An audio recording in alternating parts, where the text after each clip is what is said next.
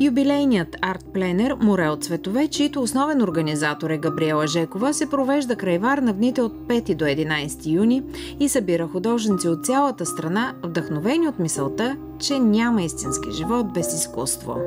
Моите работи са акварелни портрети предимно. Това е нещо, което ми е страст и ме вълнува, доколкото изразява вътрешната същност на душата.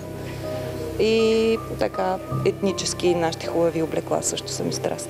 Аз по принцип рисувам абстрактни неща, но тук малко се отклоних и се опитах да вляза малко на морска тема.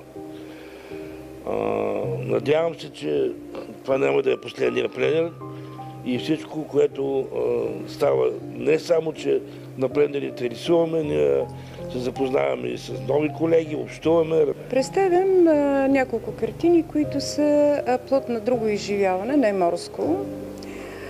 Те са част от последната ми изложба, която беше в една галерия само за абстрактно изкуство в София. Това е една поредица, която се казва "При написани думи от мъдри притчи". И това е една реплика към по-младите ми години в Софийския университет. Тези години ми дадаха възможност да се срещна с много умове от университета, с Радой Ралин, Николай Генчев, професор Александър Шурбанов. Аз повече най-често рисувам портрети. И Брад Пит, и други звезди. Обичам да рисувам Пенелопе Круз. И композицията е тематична. Това е едни кораби от Константинопол, които са влизали през делтата и са стигали до нашето Черноморие. Част от историята на България. И за мен, тъй като действително това е за първи път, идеята е точно това: да се вдъхновиш, да се презаредиш, да имаш нови идеи. Много е важно като творец всъщност да се вдъхновяваш от природата, от красотата. Това златната рибка ли е? Тази картина се казва "Неизпълнени желания". Може и за златно, сребърна, платинена.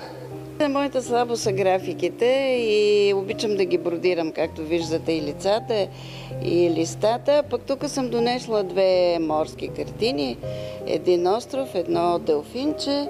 Това ми е един много скъп подарък от художника Емил Пенчев. Той беше миналата година с нас. И ми е много скъп подарък, наистина, защото ми го направи специално за този 50-тия арт-пленер и съм много благодарна на Емил. Правихме един много интересен експеримент този път. Скица по стих. Подарих стихче на всеки един от художниците, така част от себе си, и те направиха много интересни рисунки по тези стихове. Началото: едно кълбо да бъде светлина, внезапен гръм създаде тази земя и хаосът, всевечното начало, разпръсна се, стопил се бе изцяло, освен частица мъничка една, посята в човешката душа.